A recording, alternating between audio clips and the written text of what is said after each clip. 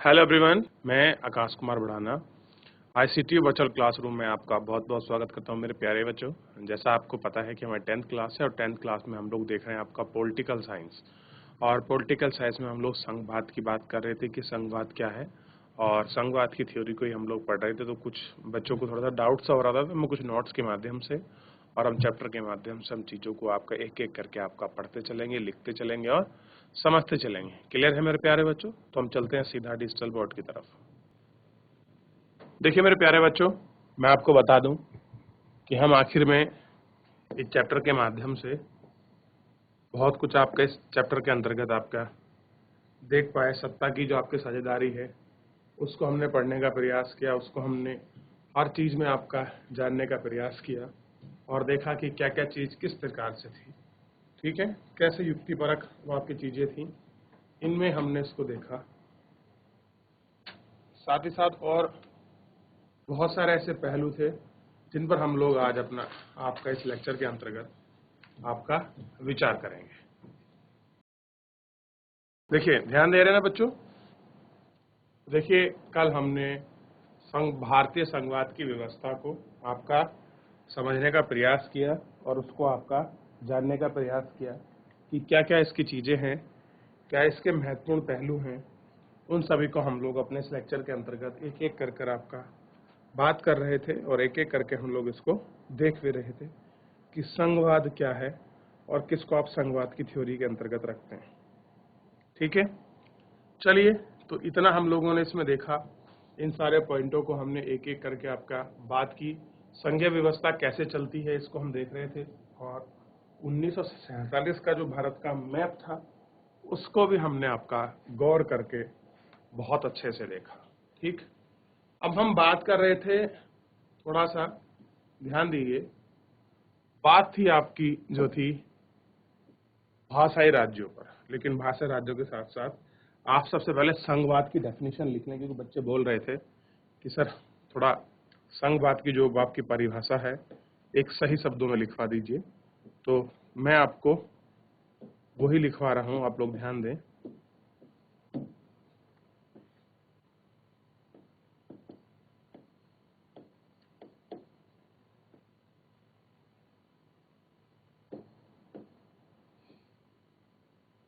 देखिए, संघवाद को देखिए।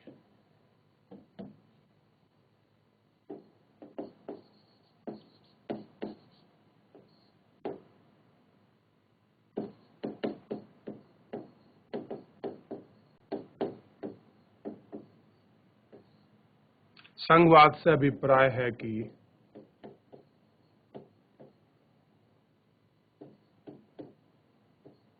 एक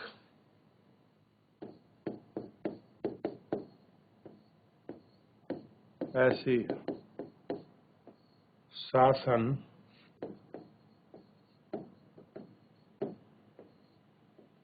व्यवस्था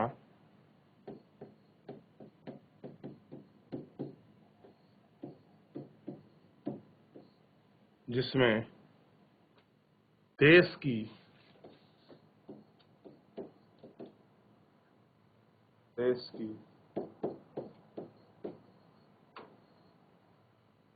सर्वोच्च सत्ता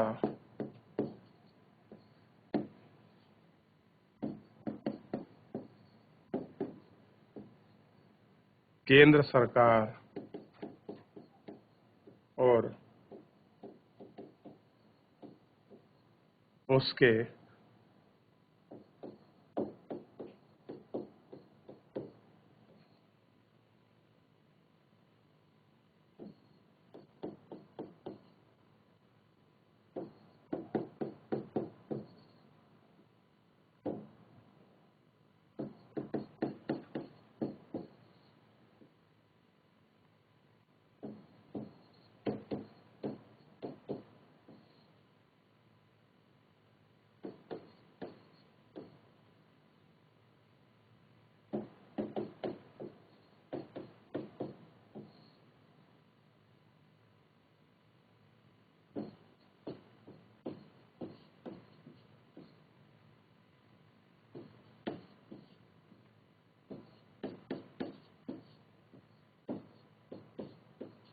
लिखिए, संघवाद से अभिप्राय है कि एक ऐसी शासन व्यवस्था जिसमें देश की सर्वोच्च सत्ता केंद्र सरकार और उसके विभिन्न अनुषंगीय साधिक इकाइयों राज्य सरकार के बीच बांटी जाती है। लिखिए इसको।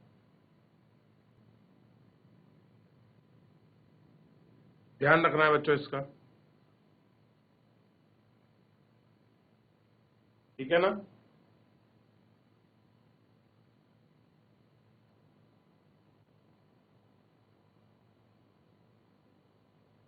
आगे देखिए,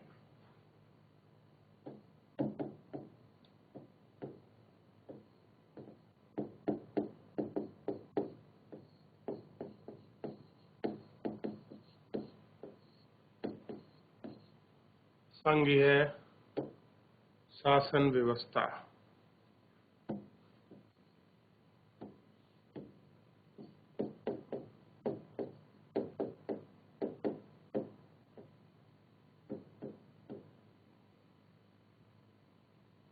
देखिए,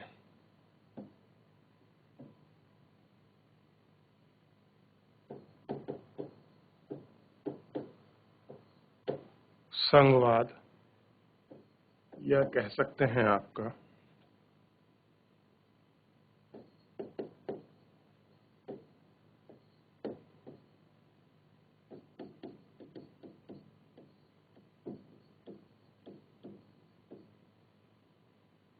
शासन व्यवस्था है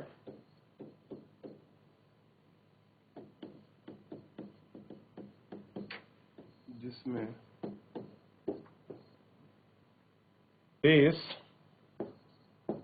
की सर्वोच्च सत्ता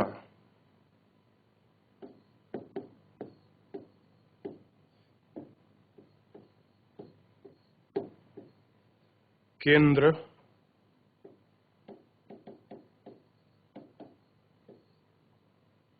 सरकार और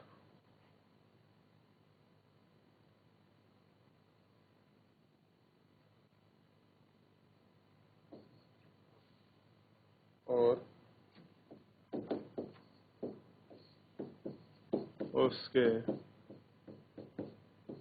विभिन्न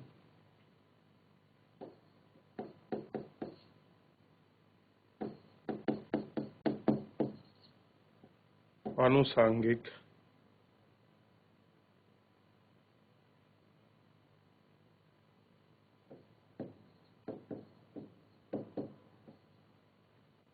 इकाइयों के बीच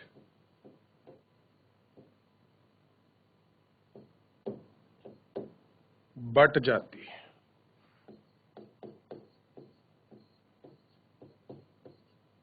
लिखिए इसको, फिर आगे बढ़ेंगे।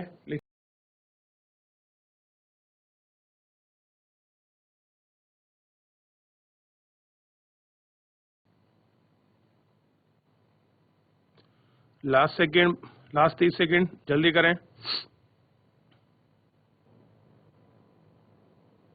चलिए आगे बढ़ेंगे इसी के साथ इन सारी चीजों को देखते हुए।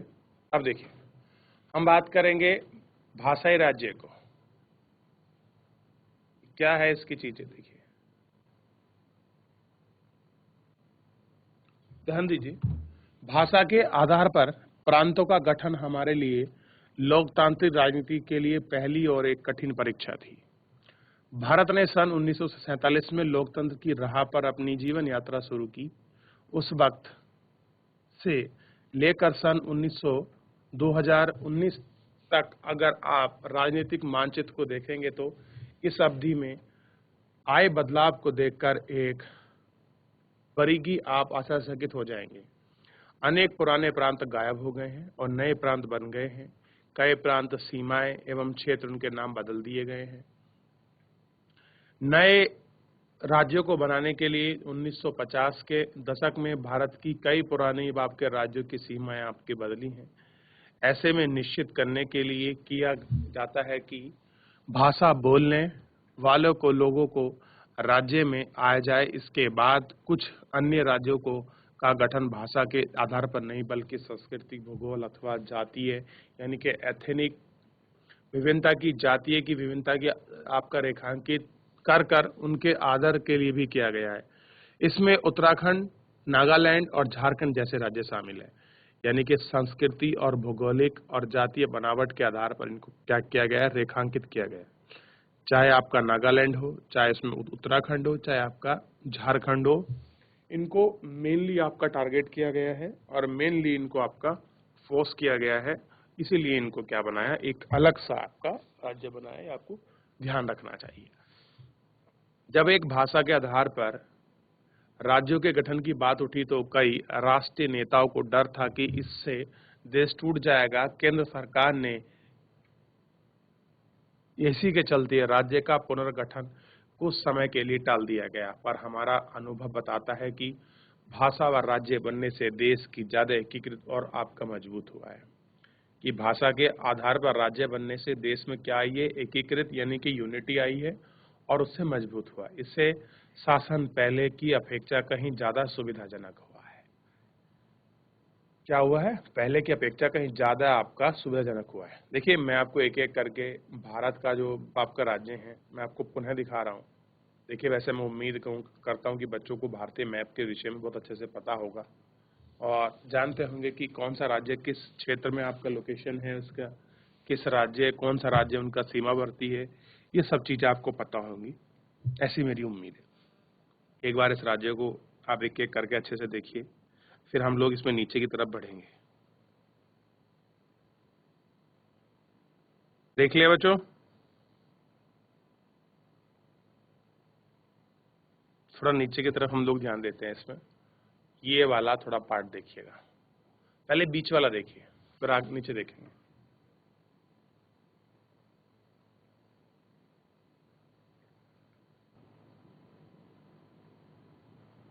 चलिए नीचे देख लीजिए एक बार थोड़ा सा, ये वाला पार्ट जो हमारा आपका प्रायद्वीपीय भाग है, इसको देख लीजिए।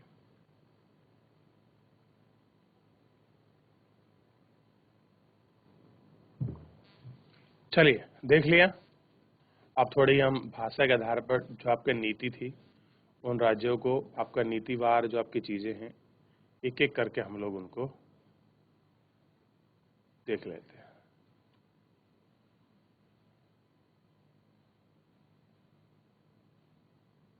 देखिए, भाषा नीति को समझिए। भारत के संघीय ढांचे की दूसरी परीक्षा भाषा नीति को लेकर हुई। हमारे संविधान में किसी एक भाषा को राष्ट्रीय भाषा का दर्जा नहीं दिया गया। कह रहे जो हमारा संविधान है, इस संविधान में किसी एक भाषा को जो है आपका राष्ट्रीय भाषा का जो आपका दर्जा इसमें नहीं दिया गया। हिंदी में राजभाषा माना गया, पर हिंदी सिर्फ 40% भारतीयों की मातृभाषा है। इसके लिए भाषा का संरक्षण के लिए अनेक दूसरे उपाय किए गए। संविधान में हिंदी के अलावा 21 अन्य भाषाओं को अनुसूचित भाषाओं का आपका दर्जा दिया गया। केंद्र सरकार ने किसी पद का उम्मीद इससे भाषा से परीक्षा की है, बशर्ते उम्मीदवार को इसके विकल्प में रूप में चुने। राज्यों की अपनी राजभाषा है। राज्यों का अपना अधिकांश काम अपनी राजभाषाओं में होता है। श्रीलंका में ठीक उलट हमारे देश के नेताओं में हिंदी का उपयोग को बढ़ावा देने के मामले में बहुत सावधानी पर व्यवहार किया है। संविधान के अनुसार सरकारी कामकाज के तौर पर अंग्रेजी का प्रयोग 1965 में बंद किया जाना था। फिर भी अनेक गैर हिंदी भाषी प्रांतों ने मांग की कि अंग्रेजी का प्रयोग जारी रखा जाए। तमिलनाडु ने इस मांग में उग्र रूप से लिया। केंद्र सरकार ने हिंदी के साथ साथ अंग्रेजी को राजकीय कामों के लिए प्रयोग की जाने वाली भाषा को सुलझाने, विवादों को सुलझाने के लिए अनेक लोगों को मानना था कि इससे समाधान अंग्रेजी भाषा अभिजन को लाभ पहुंचाएगी। राजभाषा के रूप में हिंदी को बढ़ावा देने के लिए भारत सरकार की कई नीतियां बन गई हैं, पर आपका बदलाव देने का मतलब यह नहीं कि केंद्र सरकार उन राज्यों पर कह रहे कि बदलाव का मतलब ये नहीं कि केंद्र सरकार क्या करे, आपका उन राज्यों पर भी हिंदी थोप सके जहाँ के लोग हिंदी भाषा बोलते हैं। अब देखिए, एक तो ऐसा जहाँ हिंदी बोलनी आती है, वहाँ का काम काज आपका चल सकता है। एक राज्य ऐसा जहाँ हिंदी बोलनी नहीं आ सकती, तो वहाँ का जो क्यों काम काज है उनको क्यों बिना बात ही आपका थोपा जाए। भारतीय राजनेताओं ने इस मामले में जो बाप का लचीला रुख रखा था, उसे हम श्रीलंका जैसी स्थिति से बच गए। ठीक, आप कह रहे केंद्र और आपके राज्य सरकार के संबंधों को थोड़ा सा हम लोगों को गौर करना चाहिए कि केंद्र और आपके राज्य सरकार के संबंध किस प्रकार के हैं, इसको हम थोड़ा सा गौर कर लेते हैं और गौर करके हम एक एक चीजों को थोड़ा सा इसमें देख लेते हैं।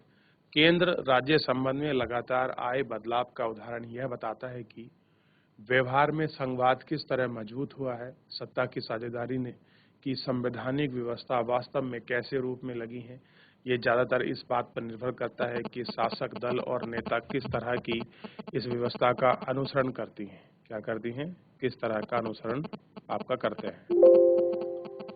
ठीक, ये आपको ध्यान रखना है कि आपका किस तरह का ये अनुसरण करती है।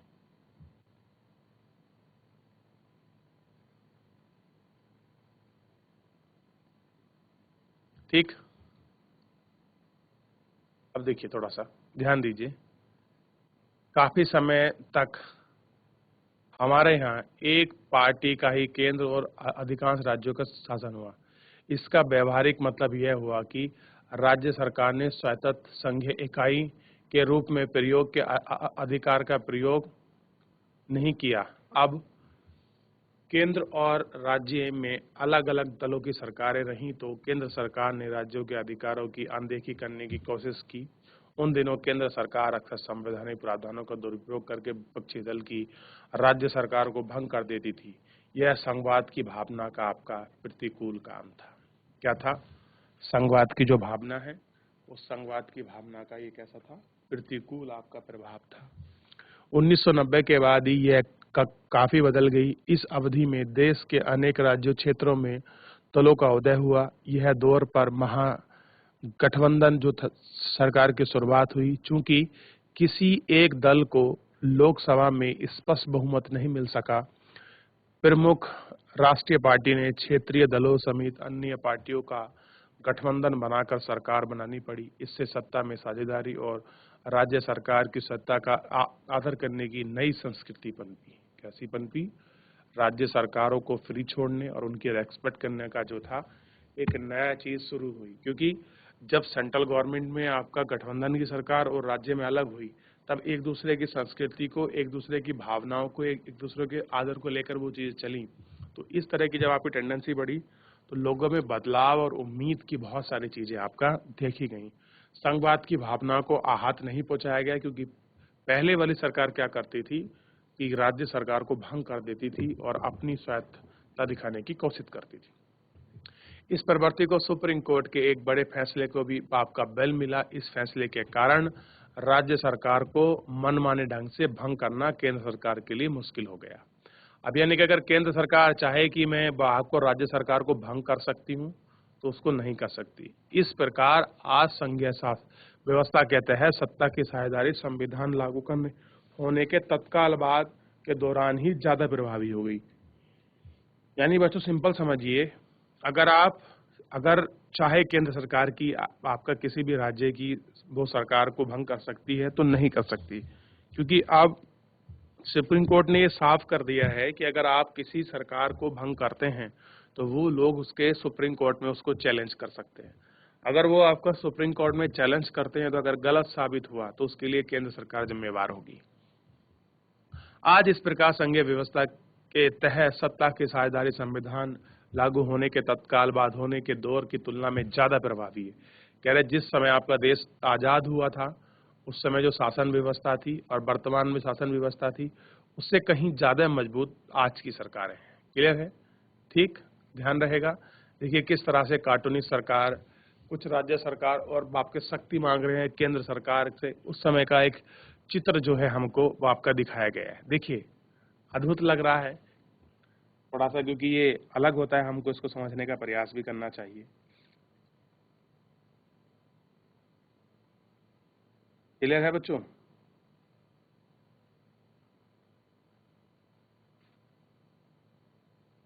चलिए, गठबंधन सरकार की कुर्सी कह रहे जो गठबंधन सरकार की कुर्सी होती है, देखिए गठबंधन सरकार आग के शोलों पर बैठती है। अगर आपने किसी के मन का कुछ काम नहीं किया तो वो अपना समर्थन वापस ले लेगा। आपने किसी के लिए कुछ नहीं किया, वो अपना समर्थन वापस ले लेगा। तो इस तरह से गठबंधन सरकार कई राजनीतिक दल को मिलाकर अपना बहुमत साबित करने का प्रयास करती हैं और संघ में आपका टिके रहने का कोशिश करती हैं, और जिनका गठबंधन वो प्राप्त करती हैं उनकी ही लगभग सरकारें आपका राज्य सरकार के अंतर्गत आपका सरकार में आपका शासन चलाती हैं। तो दोनों का तालमेल और आपका समन्वय जो है आपस में एक दूसरे के साथ आपका इस माध्यम से आपका जुड़ा रहता है। क्लियर है बच्चों? आगे देखिए।